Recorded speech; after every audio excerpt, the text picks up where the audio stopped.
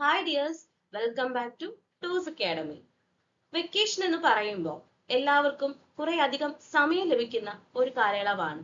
പ്രത്യേകിച്ചും വർക്ക് ചെയ്യുന്നവരും അതേപോലെ തന്നെ പഠിക്കുന്നവരും കുട്ടികളുള്ളവർക്കും ഒക്കെ തന്നെ കുറച്ചേറെ സമയം ലഭിക്കുന്ന ഒരു പീരീഡ് ആണ്.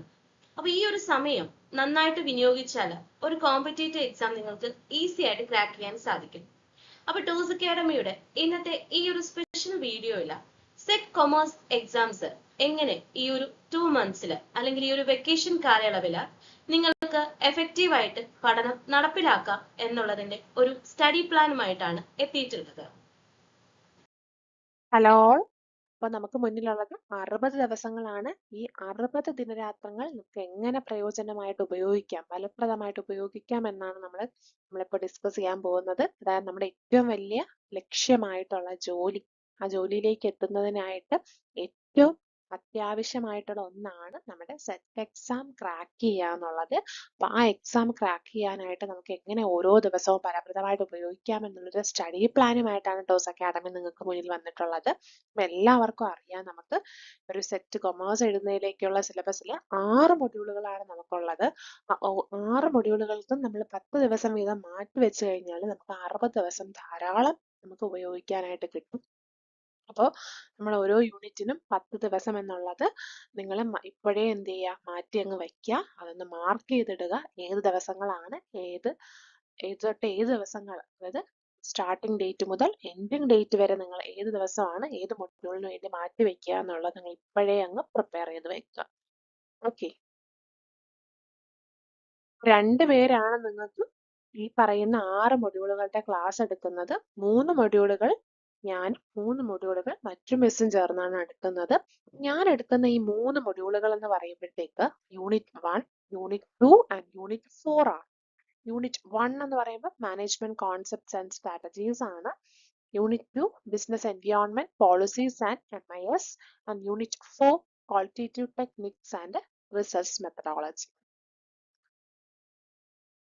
ഓക്കെ. അപ്പൊ ഈ യൂണിറ്റ് 1-ന്, യൂണിറ്റ് 2-ന്, യൂണിറ്റ് 4-ന് ഇങ്ങനെ ഓരോ ദിവസം നമ്മൾ 10 ദിവസം വീതമാണ് മാറ്റി വെക്കുന്നത്.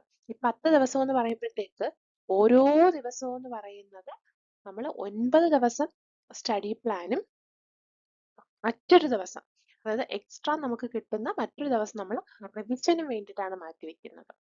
ഓക്കെ. 9 ദിവസം നമ്മൾ ഓരോ കണ്ടന്റ് ആയിട്ടും നമ്മൾ 9 ദിവസത്തേക്ക് വേണ്ടി മാറ്റി ഈക്വലായിട്ട് ഡിവൈഡ് ചെയ്ത് വെച്ചിട്ട് ആ കണ്ടന്റുകളൊക്കെ ഒന്ന് റിവൈസ് ചെയ്യാനായിട്ട് നമ്മൾ എക്സ്ട്രാ ഒരു ഡേയും കൂടെ എടുക്കും. അങ്ങനെ നമ്മൾ 10 ഡേയ്സ് കൊണ്ട് ഓരോ മൊഡ്യൂളുകളുടെയും പഠനം പൂർത്തിയാക്കുകയാണ്, അല്ലേ?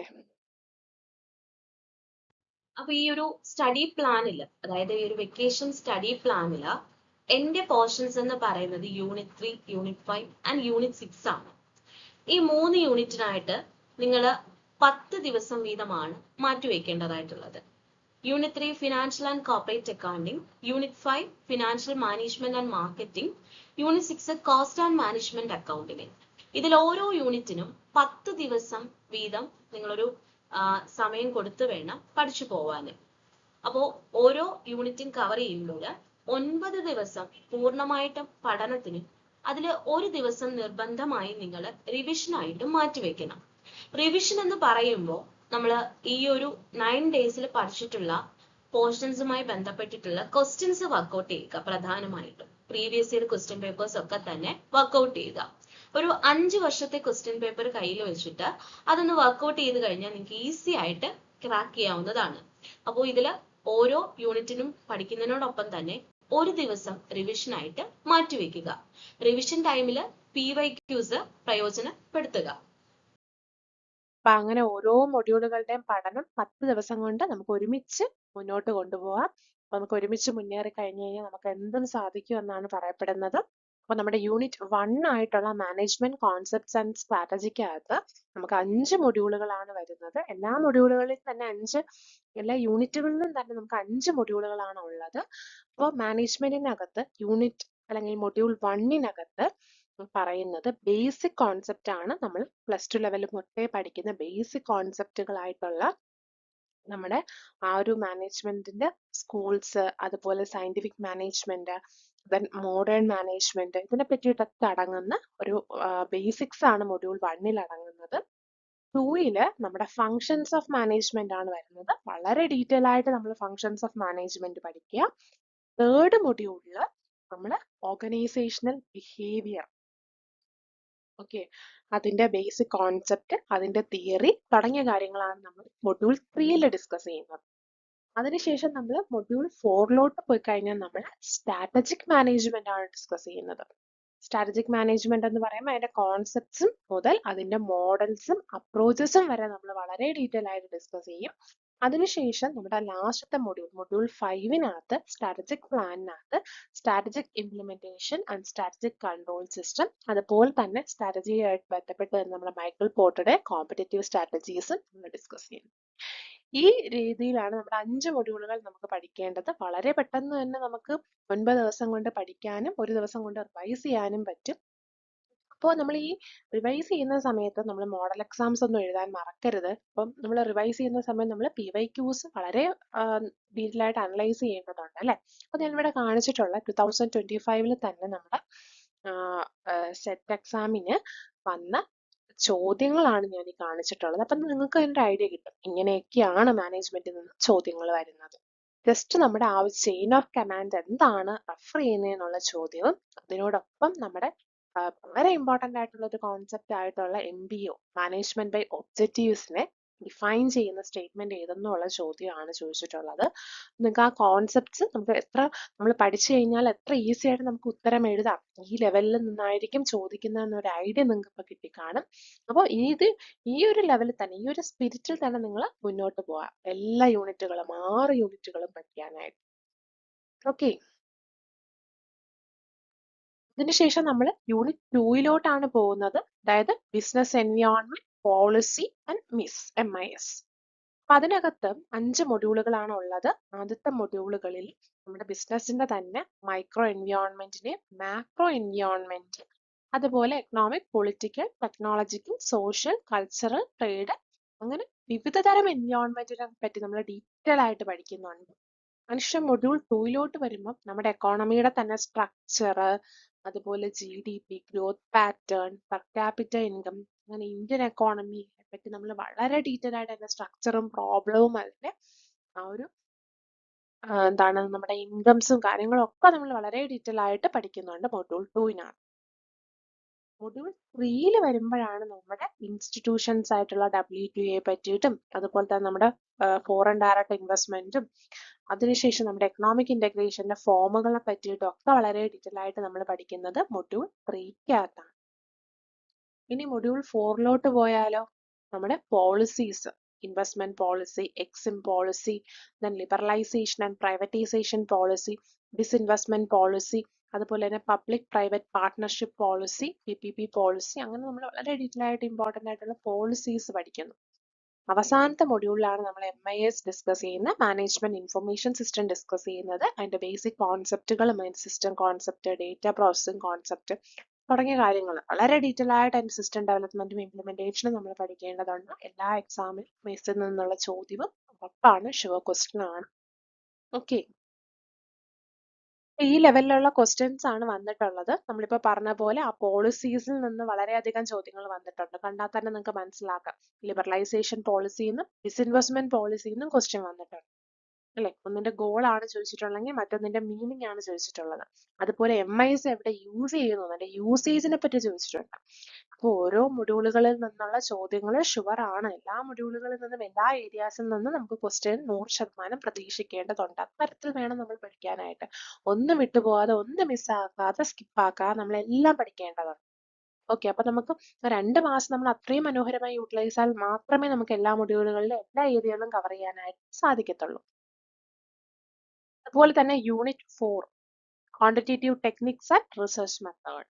നമ്മൾ പഠിക്കുന്നതിൽ ഞാൻ ഡീൽ ചെയ്യുന്ന 3 യൂണിറ്റുകളിൽ നമുക്ക് പ്രോബ്ലം വരാൻ ചാൻസ് ഉള്ള ഒരു യൂണിറ്റ് ആണ് യൂണിറ്റ് 4 എന്ന് പറയുന്നത് അല്ലെ. അതിൽ റിസർച്ചും ഉണ്ട്, ക്വാണ്ടിറ്റേറ്റീവ് ടെക്നിക്കിനെ പറ്റിയിട്ടും പറയുന്നുണ്ട് അല്ലെ. റിസർച്ച് എന്ന് പറയുമ്പോൾ types of research, steps in research, research process, research design തുടങ്ങിയ ബേസിക്സ് ഓഫ് റിസർച്ച് ആണ് ഫസ്റ്റ് മൊഡ്യൂളിൽ വരുന്നത്. എന്നാൽ സെക്കൻഡ് മൊഡ്യൂളിൽ കുറച്ചുകൂടെ അഡ്വാൻസ്ഡ് ആയിട്ട് എന്തെല്ലാം സ്കെയിലിംഗ് ടെക്നിക്കുകൾ നമ്മൾ യൂസ് ചെയ്യുന്നു, ഹൈപ്പോത്തിസിസ് എത്ര തരം, അതിന് ഒബ്ജക്റ്റീവ് എന്തൊക്കെയാണ് മെത്തേഡ്സ് ഓഫ് ഡേറ്റ കളക്ഷൻ, അതുപോലെ എത്ര ടൈപ്സ് ഓഫ് ഡേറ്റ ഉണ്ട്, സാമ്പിളിംഗ് എങ്ങനെയാണ് ചെയ്യുന്നത്, സാമ്പിൾ സൈസ് എങ്ങനെയാണ് ഡിസൈഡ് ചെയ്യുന്നത് തുടങ്ങിയ കുറച്ച് കാര്യങ്ങൾ. അതിനുശേഷം ഈ കളക്ഷൻ ഓഫ് ഡേറ്റയുടെയും മറ്റും അടുത്ത സ്റ്റെപ്പ് ആയിട്ടുള്ള ഡേറ്റ അനാലിസിസും ഇന്റർപ്രിറ്റേഷനും ഇതിനുവേണ്ടി നമ്മൾ യൂസ് ചെയ്യുന്ന ടൂൾസിനെയും പറ്റിയിട്ടാണ് ഡിസ്കസ് ചെയ്യുന്നത്. അതിൽ തന്നെ നമ്മൾ പ്രോബബിലിറ്റി, അതുപോലെ തന്നെ നമ്മുടെ ഡിസ്ട്രിബ്യൂഷൻ, നോർമാലിറ്റി ഡിസ്ട്രിബ്യൂഷൻ പോലുള്ള ഡിസ്ട്രിബ്യൂഷൻസിനെ പറ്റി പഠിക്കണം. അതുപോലെ ടെസ്റ്റുകളായിട്ടുള്ള സ്റ്റാറ്റിസ്റ്റിക്കൽ അനാലിസിസ് ടെസ്റ്റുകളായിട്ടുള്ള പാരാമെട്രിക് ആൻഡ് നോൺ പാരാമെട്രിക് ടെസ്റ്റുകൾ വളരെ ഡീറ്റെയിൽ ആയിട്ട് പഠിക്കണം. അതിനുശേഷം നമ്മുടെ ഓപ്പറേഷൻസ് റിസർച്ച് വരുന്നു. ഓപ്പറേഷൻസ് റിസർച്ച് പഠിക്കുമ്പോൾ അതിന്റെ എല്ലാ കോൺസെപ്റ്റുകളും, അതിൽ പ്രോബ്ലം വരാൻ ചാൻസ് ഉള്ള എല്ലാം, നമ്മുടെ ട്രാൻസ്പോർട്ടേഷൻ ആകട്ടെ, PERT ആവട്ടെ, CPM ആവട്ടെ, അതൊക്കെ നമ്മൾ മൊഡ്യൂൾ 5 പഠിക്കുന്നുണ്ട്. ഓക്കെ, അപ്പം നമുക്ക് എല്ലാം തന്നെ ഇമ്പോർട്ടന്റ് ആണ്. ഓക്കെ, നമ്മളിവിടെ കാണുന്ന നമ്മുടെ ആദ്യത്തെ 2 മൊഡ്യൂളുകളിൽ നിന്ന് ചോദിച്ച ചോദ്യങ്ങളാണ്. അതായത് ടൈപ്പ് ഓഫ് റിസർച്ചിന് മാച്ച് ദ ഫോളോയിങ് ആയിട്ട് വിത്ത് എക്സാമ്പിൾ ആയിട്ടാണ് ചോദിച്ചിരിക്കുന്നത്. എക്സാമ്പിൾ ആയിട്ട് ചോദിക്കുമ്പോൾ നമുക്ക് കൺഫ്യൂസിങ് വരും. നമ്മൾ ആ കോൺസെപ്റ്റ് പഠിച്ചെഴുതിയില്ല എന്നുണ്ടെങ്കിൽ, പഠിച്ച് മനസ്സിലാക്കിയല്ല എക്സാം അറ്റൻഡ് ചെയ്യുന്നതെന്നുണ്ടെങ്കിൽ നമുക്ക് കിട്ടത്തില്ല. അതുപോലെ തന്നെ സാമ്പിളിങ്ങും എക്സാമ്പിൾ കോട്ട് ചെയ്തിട്ടാണ് ചോദിച്ചിരിക്കുന്നത്. അപ്പോൾ നമുക്ക് എക്സാമ്പിളിലൂടെ പഠനം മുന്നോട്ട് കൊണ്ടുപോകാന്ന് പറഞ്ഞത് അനിവാര്യമായിട്ടുള്ള ഒന്നാണ്. നിങ്ങൾക്ക് തന്നെ മനസ്സിലായി കാണും ഏത് ലെവലിലാണ് ചോദ്യങ്ങൾ വരുന്നത്. നിങ്ങളെ കൊണ്ട് ഈ 60 ദിവസം കൊണ്ട് പഠനം പൂർത്തിയാക്കുമ്പോൾ പറ്റുമോ ഇല്ലയോ, ആ ഒരു ഡിസിഷന്റെ ബേസിസിൽ നിങ്ങൾ മുന്നോട്ട് പോകാം. സെറ്റ് കൊമേഴ്സ് സിലബസില് 6 യൂണിറ്റുകളും അതിൽ ഓരോ യൂണിറ്റിലും 5 മൊഡ്യൂളുമാണ് ഉൾപ്പെടുന്നത്. Unit 3 financial and corporate accounting, unit 5 financial management and marketing, unit 6 cost and management accounting. ഇതെല്ലാം തന്നെ പ്രോബ്ലം ഏരിയാസിന് പ്രാധാന്യം കൊടുത്തുകൊണ്ടുള്ള ഏരിയാസ് ആണ്. സോ അതുകൊണ്ട് തന്നെ ആദ്യത്തെ മാസങ്ങളിൽ നിങ്ങൾ ഈ 3 യൂണിറ്റുകൾ പഠിക്കുന്നതിനായിട്ട് ശ്രദ്ധ കൊടുക്കുക. അപ്പോൾ ഓരോ യൂണിറ്റും കവർ ചെയ്യുന്നതിന് വേണ്ടിയിട്ട് 10 ഡേയ്സ് മാറ്റിവെക്കുക. യൂണിറ്റ് 3 ഫിനാൻഷ്യൽ ആൻഡ് കോർപ്പറേറ്റ് അക്കൗണ്ടിംഗിൽ വളരെ പ്രാധാന്യം അർഹിക്കുന്ന ടോപ്പിക്കുകളാണ് ഹൈലൈറ്റ് ചെയ്തിട്ടുള്ളത്. അക്കൗണ്ടിംഗ് കോൺസെപ്റ്റ്സ്, അതേപോലെ തന്നെ standards, trial balance, trading profit and loss account balance sheet, accounting from incomplete records and non trading firms, അതേപോലെ തന്നെ issue shares, debentures, valuation of goodwill and shares, amalgamation, absorption, reconstruction, accounting standards and reporting. ഇതെല്ലാം തന്നെ most repeat ആയിട്ട് വരുന്ന areas ആണ്. Recent ആയിട്ട് നടന്ന എക്സാമിന് ചോദിച്ചിട്ടുള്ള ഒരു ക്വസ്റ്റ്യൻ ആണ് ഈ തന്നിട്ടുള്ളത്. അപ്പോൾ അക്കൗണ്ടിംഗ് സ്റ്റാൻഡേർഡ്സിൽ തന്നെ ഇന്ത്യൻ അക്കൗണ്ടിംഗ് സ്റ്റാൻഡേർഡും ഇന്റർനാഷണൽ അക്കൗണ്ടിംഗ് സ്റ്റാൻഡേർഡും അതോടൊപ്പം IFRS നിങ്ങൾ കവർ ചെയ്യാനായിട്ട് ശ്രമിക്കുക. അതേപോലെ തന്നെ അക്കൗണ്ടിംഗ് കോൺസെപ്റ്റ്സുകൾ പഠിക്കുമ്പോൾ വിത്ത് എക്സാമ്പിൾ സഹിതം പഠിക്കുക. കാരണം ഇപ്പൊ ചോദിക്കുന്ന എക്സാമിനെല്ലാം തന്നെ ഈ എക്സാമ്പിൾ തന്നിട്ട് ഇത് ഏത് അക്കൗണ്ടിംഗ് കോൺസെപ്റ്റുമായി അല്ലെങ്കിൽ കൺവെൻഷനുമായി ബന്ധപ്പെടുന്നു എന്നുള്ളതാണ്. ദെൻ അതേപോലെ തന്നെ വരുന്ന മറ്റൊരു പോർഷൻ ആണ് incomplete records and non trading firms. Incomplete റെക്കോർഡ്സിൽ മിസ്സിംഗ് എലമെന്റ്സ് ആയിട്ടുള്ള ഇപ്പൊ ഒരു ഉദാഹരണം പറയുവാണെങ്കിൽ ഡെപ്റ്റേഴ്സ്, ക്രെഡിറ്റേഴ്സ്, അതേപോലെ തന്നെ ക്യാപിറ്റൽ. അപ്പൊ ഇതെല്ലാം കാൽക്കുലേറ്റ് ചെയ്യാൻ വേണ്ടിയിട്ട് സെപ്പറേറ്റ് ആയിട്ടുള്ള മെത്തേഡുകളുണ്ട്. അതെല്ലാം തന്നെ ഇപ്പോൾ ചോദിക്കാറുണ്ട്. അതേപോലെ തന്നെ നോൺ ട്രേഡിംഗ് ഫേംസിന്റെ കേസ് എടുക്കുകയാണെങ്കിൽ സബ്സ്ക്രിപ്ഷനുമായി ബന്ധപ്പെട്ടിട്ടുള്ള കാൽക്കുലേഷൻസ് ഒക്കെ തന്നെ റിപ്പീറ്റ് ആയിട്ട് വരുന്ന ഒരു ഏരിയ ആണ്. അതേപോലെ company amalgamation, absorption and reconstruction, ഇവ മൂന്നും വളരെ പ്രാധാന്യം അർഹിക്കുന്നതാണ്. അമൽഗമേഷന്റെ കേസിലൊക്കെ തന്നെ പർച്ചേസ് കൺസിഡറേഷൻ മോസ്റ്റ് റിപ്പീറ്റ് ആയിട്ട് വരുന്ന ഒരു ഏരിയ ആണ്. അപ്പൊ ഇപ്പോൾ റീസെന്റ് ആയിട്ട് ചോദിച്ച ഈ ഒരു ക്വസ്റ്റ്യൻ നോക്കുകയാണെങ്കിൽ ആക്ച്വലി അക്കൗണ്ടിംഗ് സ്റ്റാൻഡേർഡ് 6 and 10 ഇവ രണ്ടും തന്നെ ഡിലീറ്റ് ചെയ്തിട്ടുള്ള അക്കൗണ്ടിംഗ് സ്റ്റാൻഡേർഡ് അല്ലെങ്കിൽ സസ്പെൻഡ് ചെയ്തിട്ടുള്ള അക്കൗണ്ടിംഗ് സ്റ്റാൻഡേർഡ് ആണ്. പക്ഷെ ഇപ്പോഴും സ്ഥിരം ക്വസ്റ്റ്യൻസിനകത്ത് ഈ അക്കൗണ്ടിംഗ് സ്റ്റാൻഡേർഡ്സ് ഉൾപ്പെടുന്നുണ്ട്. അപ്പൊ അക്കൗണ്ടിംഗ് സ്റ്റാൻഡേർഡ് 6 എന്ന് പറയുന്നത് ഡിപ്രീസിയേഷനും അക്കൗണ്ടിംഗ് സ്റ്റാൻഡേർഡ് 10 എന്ന് പറയുന്നത് ഫിക്സഡ് അസറ്റുമാണ്. ഇപ്പോൾ ഏറ്റവും കൂടുതൽ ആവർത്തിച്ചു വരുന്ന അക്കൗണ്ടിംഗ് സ്റ്റാൻഡേർഡ്സിലെ ഉദാഹരണങ്ങളാണ് ഈ കൊടുത്തിട്ടുള്ളവ. And unit 5 financial management and marketing. അപ്പോൾ ഇനിയുള്ളൊരു 10 ഡേയ്സ് ഈ ഒരു യൂണിറ്റ് കവർ ചെയ്യാനായിട്ട് മാറ്റിവെക്കുക. 5 മൊഡ്യൂൾസ് ആണ് ഉൾപ്പെടുന്നത്. ഫിനാൻഷ്യൽ മാനേജ്മെന്റിൽ ഒരുപാട് തിയറിയും അതോടൊപ്പം തന്നെ പ്രോബ്ലംസും നമ്മൾ അറിഞ്ഞിരിക്കേണ്ടതായിട്ടുണ്ട്. പ്രത്യേകിച്ചും ഈ ഒരു എൻ്റെ യൂണിറ്റ് എന്ന് പറയുന്നത് financing, investment, dividend decisions relate ചെയ്തിട്ടുള്ളതാണ്. അതോടൊപ്പം തന്നെ മാർക്കറ്റിംഗ് മാനേജ്മെന്റുമായിട്ട് ബന്ധപ്പെട്ടിട്ടുള്ള പോർഷൻസും ഉൾപ്പെടുന്നുണ്ട്. അപ്പൊ ഇവിടെ ഇൻവെസ്റ്റ്മെന്റ് ഡിസിഷനകത്ത് പ്രധാനമായിട്ടും cash flow estimation, method of project evaluation, അതിൽ തന്നെ ട്രഡീഷണൽ ആൻഡ് മോഡേൺ മെത്തേഡ്സ് ഉണ്ട്. അതേപോലെ തന്നെ ഫിനാൻസിങ് ഡിസിഷനുമായി ബന്ധപ്പെട്ട് വരുന്ന capital structure planning, net income approach, net operating income approach, optimum capital structure, then cost of capital and dividend policies. പ്രത്യേകിച്ചും cost of capital എന്ന് പറയുമ്പോൾ കോസ്റ്റ് ഓഫ് ഇക്വിറ്റി, ഡെപ്റ്റ്, പ്രിഫറൻസ് ഷെയർ, റേറ്റ് ആൻഡ് എൻസി, ഇതെല്ലാം തന്നെ പഠിച്ചിരിക്കേണ്ടതായിട്ടുണ്ട്. ഇതെല്ലാം റിപ്പീറ്റ് ആയിട്ട് ചോദിക്കുന്നുണ്ട്. ഡിവിഡൻഡ് പോളിസി എന്ന് പറയുമ്പോൾ പലതരത്തിലുള്ള ഡിവിഡൻഡ് പോളിസീസ് ഉണ്ട്. പ്രത്യേകിച്ചും ഗോർഡൻ മോഡൽ, അതേപോലെ തന്നെ ബാക്കിയുള്ള മോഡൽസ് ഒക്കെ തന്നെ അറിഞ്ഞിരിക്കേണ്ടതായിട്ടുണ്ട്. അപ്പോൾ റിപ്പീറ്റ് ആയിട്ട് വരുന്ന ഏരിയാസ് ആണ് ഈ പറഞ്ഞിട്ടുള്ള പോർഷൻസ് എന്ന് പറയുന്നത്. അതോടൊപ്പം തന്നെ വർക്കിംഗ് ക്യാപിറ്റൽ മാനേജ്മെന്റും പഠിച്ചിരിക്കേണ്ടതായിട്ടുണ്ട്. ദെൻ മാർക്കറ്റിംഗിലേക്ക് പോവുകയാണെങ്കിൽ ഏറ്റവും കൂടുതൽ ആവർത്തിച്ചു വരുന്നത് മാർക്കറ്റിംഗ് മിക്സുമായി ബന്ധപ്പെട്ടിട്ടുള്ള ക്വസ്റ്റ്യൻസ് ആണ്. മാർക്കറ്റിംഗ് മിക്സുമായി ബന്ധപ്പെട്ടുള്ള ക്വസ്റ്റ്യൻസ് ആണെങ്കിൽ പോലും മാർക്കറ്റിംഗ് കോൺസെപ്റ്റ്സ്, പ്ലാനിങ്, ഇംപ്ലിമെന്റേഷൻ, ഇതെല്ലാം തന്നെ നമുക്ക് എക്സ്പെക്ട് ചെയ്യാവുന്നതാണ്. ഇപ്പം ഇത്രയും ഹൈലൈറ്റ് ചെയ്തിട്ടുള്ള പോർഷൻസിന് നിങ്ങൾ കുറച്ചധികം പ്രാധാന്യം കൊടുത്തു വേണം പഠിച്ചു പോകാൻ. ഒരു 10 ദിവസം ഈ ഒരു യൂണിറ്റിനായിട്ട് മാറ്റി വെച്ചാൽ നിങ്ങൾക്ക് കവർ ചെയ്യാൻ സാധിക്കും. അപ്പൊ ഇതില് പ്രോബ്ലം എന്ന് പറയുമ്പോൾ കോസ്റ്റ് ഓഫ് ക്യാപിറ്റൽ കാൽക്കുലേറ്റ് ചെയ്യാനുള്ള പ്രോബ്ലംസ് പഠിച്ചിരിക്കുക. അതേപോലെ തന്നെ മെത്തേഡ് ഓഫ് പ്രോജക്ട് ഇവാലുവേഷനുമായി ബന്ധപ്പെട്ടിട്ടുള്ള traditional and modern methods, example പറയുകയാണെങ്കിൽ പേ ബാക്ക് പീരീഡിന്റെ calculations, average rate of return അഥവാ ആനുവൽ റേറ്റ് ഓഫ് റിട്ടേൺ തുടങ്ങിയവയുടെ കാൽക്കുലേഷൻസ് എല്ലാം തന്നെ അറിഞ്ഞിരിക്കുക. മാർക്കറ്റിംഗ് മിക്സിൽ വളരെ ഇമ്പോർട്ടന്റ് ആണ് 4 P's എന്ന് പറയുന്നത്: പ്രൊഡക്റ്റ്, പ്ലേസ്, പ്രൈസിംഗ്, പ്രൊമോഷൻ. ഇപ്പോൾ അത് 5 P's വരെ ആയിട്ട് മാറിയിട്ടുണ്ട്. അപ്പൊ ഇവിടെ പ്രൊഡക്റ്റ്, പ്ലേസ്, പ്രൈസിംഗ്, പ്രൊമോഷൻ, ഈ പറഞ്ഞിട്ടുള്ള മാർക്കറ്റിംഗ് മിക്സ് പ്രധാനമായിട്ടും ആരാണ് സജസ്റ്റ് ചെയ്തത് എന്നുള്ളതാണ്. അപ്പൊ കറക്റ്റ് ആൻസർ എന്ന് പറയുന്നത് നെയിൽ ബോർഡൻ ആണ് കേട്ടോ. ദെൻ അതേപോലെ തന്നെ ഓൾറെഡി നമ്മൾ പറഞ്ഞ ഒരു ഏരിയ ആണ് നെറ്റ് ഇൻകം അപ്രോച്ച് എന്ന് പറയുന്നതൊക്കെ. അപ്പൊ നെറ്റ് ഇൻകം അപ്രോച്ചുമായി ബന്ധപ്പെട്ടിട്ടുള്ള കുറച്ച് സ്റ്റേറ്റ്മെന്റ് തന്നിട്ടുണ്ട്. ഇതിൽ ഏതാണ് ഇൻകറക്റ്റ് എന്നുള്ളതാണ്. ഈ തന്നിട്ടുള്ളതിൽ ഒന്നും തന്നെ ഇൻകറക്റ്റ് അല്ല. കറക്റ്റ് ആൻസർ എന്ന് പറയുന്നത് നൺ ഓഫ് ദീസ് ആണ്. അതായത് കോസ്റ്റ് ഓഫ് ഡെപ്റ്റ് എന്ന് പറയുന്നത് കോസ്റ്റ് ഓഫ് ഇക്വിറ്റിനേക്കാളും കുറവായിരിക്കും. അതേപോലെ തന്നെ കോർപ്പറേറ്റ് ടാക്സ് എക്സിസ്റ്റ് ചെയ്യുന്നില്ല. ഡെപ്റ്റ് do not change the risk perception of investors. ഇതെല്ലാം തന്നെ നെറ്റ് ഇൻകം അപ്രോച്ചിനകത്ത് വരുന്ന അസംഷൻസ് ആണ്. അപ്പൊ ഇതിൽ ഒന്നും തന്നെ ഇൻകറക്റ്റ് അല്ല. അപ്പൊ നൺ ഓഫ് ദീസ് ആണ് കറക്റ്റ് ആൻസർ ആയിട്ട് വരുന്നത്. അപ്പൊ ഇങ്ങനെയുള്ള കുഴപ്പിക്കുന്ന ക്വസ്റ്റ്യൻസും വരും. വളരെ ഈസി ആയിട്ടുള്ള ഒരു കാര്യമാണ്, പക്ഷെ എങ്കിൽ പോലും അതിന് കുഴപ്പിക്കുന്ന രീതിയിൽ നമുക്ക് പ്രതീക്ഷിക്കാവുന്നതാണ്. അപ്പൊ net income approach, net operating income approach, ഇതെല്ലാമായി ബന്ധപ്പെട്ടിട്ടുള്ള അസംഷൻസ് ഉൾപ്പെടെ നിങ്ങൾ പഠിച്ചിരിക്കാൻ ശ്രമിക്കുക. അപ്പോൾ അടുത്ത യൂണിറ്റ് എന്ന് പറയുന്നത് unit 6 cost and management accounting ആണ്. ഒരു 10 days കൊണ്ട് നമുക്ക് കവർ ചെയ്യാൻ പറ്റുന്ന പോർഷൻസ് ആണ്. അത്യാവശ്യം പ്രോബ്ലംസ് ചോദിക്കുന്ന ഒരു ഏരിയ കൂടിയാണ്. പ്രത്യേകിച്ചും എലമെന്റ്സ് ഓഫ് കോസ്റ്റ്, അതിലുൾപ്പെടുന്ന മെറ്റീരിയൽ, ലേബർ, ഓവർഹെഡ്സ് റിലേറ്റ് ചെയ്ത് വരുന്ന questions, activity based costing, unit costing, process costing, product and joint product costing, then cost control, cost reductions. അതേപോലെ തന്നെ മാനേജ്മെന്റ് അക്കൗണ്ടിങ്ങിലേക്ക് വരുമ്പോൾ ഫിനാൻഷ്യൽ സ്റ്റേറ്റ്മെന്റ് അനാലിസിസിൽ പ്രത്യേകിച്ചും റേഷ്യോ അനാലിസിസ് നമുക്ക് പ്രോബ്ലം ആയിട്ട് തന്നെ ചോദിക്കാറുണ്ട്. പലതരത്തിലുള്ള റേഷ്യൂസ് ഉണ്ട്. ആ റേഷ്യൂസ് എല്ലാം തന്നെ പ്രത്യേകിച്ച് ഫിനാൻഷ്യൽ സ്റ്റേറ്റ്മെന്റുമായി ബന്ധപ്പെട്ട് വരുന്ന റേഷ്യൂസ് എല്ലാം തന്നെ ചോദിക്കാറുണ്ട്. അതേപോലെ തന്നെ ക്യാഷ് ഫ്ലോ, ഫണ്ട് ഫ്ലോ, അതിലെല്ലാം ഉൾപ്പെടുന്ന ഓരോ എലമെന്റ്സും അറിഞ്ഞിരിക്കുക. Then finally, marginal costing, break-even analysis, managerial decisions based on it. വളരെ പ്രാധാന്യം അർഹിക്കുന്ന ഒരു മൊഡ്യൂളാണ് മൊഡ്യൂൾ 5 എന്ന് പറയുന്നത്. മുൻ വർഷങ്ങളിലൊക്കെ നോക്കുകയാണെങ്കിൽ more than 5 questions ഈ ഒരു break even point, marginal costing, അതേപോലെ തന്നെ പ്രോഫിറ്റ് വോളിയം റേഷ്യോ കാൽക്കുലേഷനുമായി ബന്ധപ്പെട്ട് ചോദിക്കാറുണ്ട്. അപ്പൊ നിങ്ങൾ ഇതിൽ പ്രോബ്ലം ആയിട്ട് പഠിക്കേണ്ട പോർഷൻസ് ആണ് റേഷ്യോ അനാലിസിസും, marginal costing, break even, profit volume റേഷ്യോന്റെ കാൽക്കുലേഷൻസ്, അതേപോലെ തന്നെ മെറ്റീരിയൽ, ലേബർ കോസ്റ്റുകളുടെ കാൽക്കുലേഷൻസ് എല്ലാം തന്നെ അറിഞ്ഞിരിക്കേണ്ടതാണ്.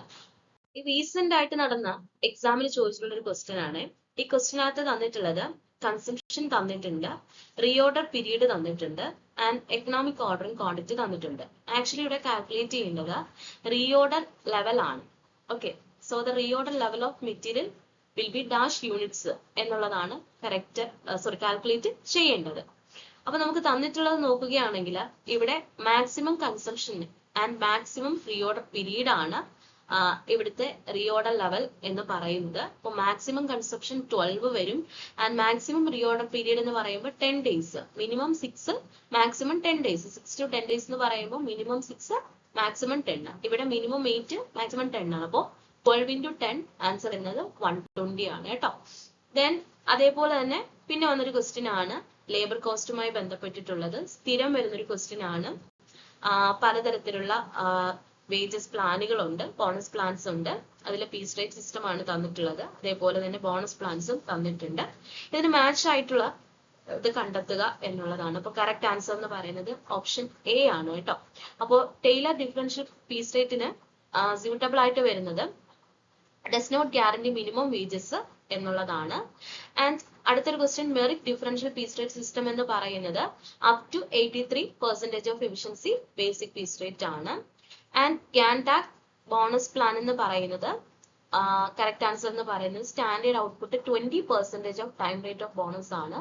And Halsey premium bonus system എന്ന് പറയുമ്പോൾ ഇത് നിങ്ങൾക്ക് എല്ലാവർക്കും ഓർത്തിരിക്കാൻ പറ്റും, കാരണം 50% of wages of time saved as bonus എന്നുള്ളതാണ് കേട്ടോ. അപ്പൊ ഇതെല്ലാം തന്നെ വളരെ പ്രാധാന്യം അർഹിക്കുന്ന പോർഷൻസ് ആണ്. അപ്പൊ ഇതെല്ലാം കുറച്ച് ഇമ്പോർട്ടൻസ് കൊടുത്ത് വേണം നിങ്ങൾ പഠിച്ചു പോവാൻ. അപ്പൊ ഈ ഒരു വെക്കേഷൻ ടൈമിൽ നിങ്ങൾ ഈ ഒരു 30 ഡേയ്സ് ഈ 3 യൂണിറ്റുകൾ കവർ ചെയ്യാനായിട്ട് മാറ്റി വെക്കുക. ആൻഡ് റിമൈനിങ് കിട്ടുന്ന ഡേയ്സുകളിൽ ഈ പഠിച്ച കാര്യങ്ങളെല്ലാം തന്നെ ഒന്ന് റിവൈസ് ചെയ്യുക, പ്രീവിയസ് ഇയർ ക്വസ്റ്റ്യൻ പേപ്പേഴ്സ് ഒന്ന് വർക്ക്ഔട്ട് ചെയ്യുക തുടങ്ങിയിട്ടുള്ള കാര്യങ്ങൾ ചെയ്തു കഴിഞ്ഞാൽ നിങ്ങൾക്ക് വളരെ ഈസി ആയിട്ട് തന്നെ ഈ ഒരു പോർഷൻസ് ഈ ഒരു എക്സാം ക്രാക്ക് ചെയ്യാൻ സാധിക്കുന്നതാണ്. അപ്പൊ 6 മൊഡ്യൂളുകളെ പറ്റിയിട്ടുള്ള ഡീറ്റെയിൽഡ് ആയിട്ടുള്ള ഒരു വ്യൂ പോയിന്റ് അല്ലെങ്കിൽ ഐഡിയ നിങ്ങൾക്ക് കിട്ടിക്കാണുമെന്ന് വിശ്വസിക്കുന്നു. നിങ്ങൾ അധികം ചിന്തിച്ചിരിക്കാൻ നിങ്ങൾക്ക് സമയമില്ല. ഓരോ ദിവസവും ഒരു വെക്കേഷൻ ടൈമിൽ ഫലപ്രദമാക്കുക. വെറുതെ സ്പോയിൽ ചെയ്ത് കളയാൻ പാടില്ല. നമ്മുടെ കയ്യിൽ ടൈമുണ്ട്. ആ ടൈം വെച്ച് എന്താണ് ചെയ്യേണ്ടത് നമ്മളാണ് തീരുമാനിക്കുന്നത്. വെറുതെ ഇരുന്ന് സമയം പോകണോ, അതല്ല നമുക്ക് എന്തെങ്കിലും പ്രൊഡക്റ്റീവ് ആയിട്ടുള്ള കാര്യങ്ങൾ ചെയ്യണം, നാളേക്കായിട്ട് എന്തെങ്കിലും മാറ്റി വെക്കണോ എന്നുള്ള കാര്യമൊക്കെ ഡിസൈഡ് ചെയ്യുന്നത് നമ്മളാണ്. അപ്പോൾ അതിന് വേണ്ടിയിട്ടുള്ളൊരു നിങ്ങൾക്കൊരു വഴികാട്ടി നമ്മളായിട്ടുണ്ട്. നിങ്ങളാണ് ഇനി ബാക്കി കാര്യങ്ങൾ ഡിസൈഡ് ചെയ്യുക. Anyway happy learning. Thank you.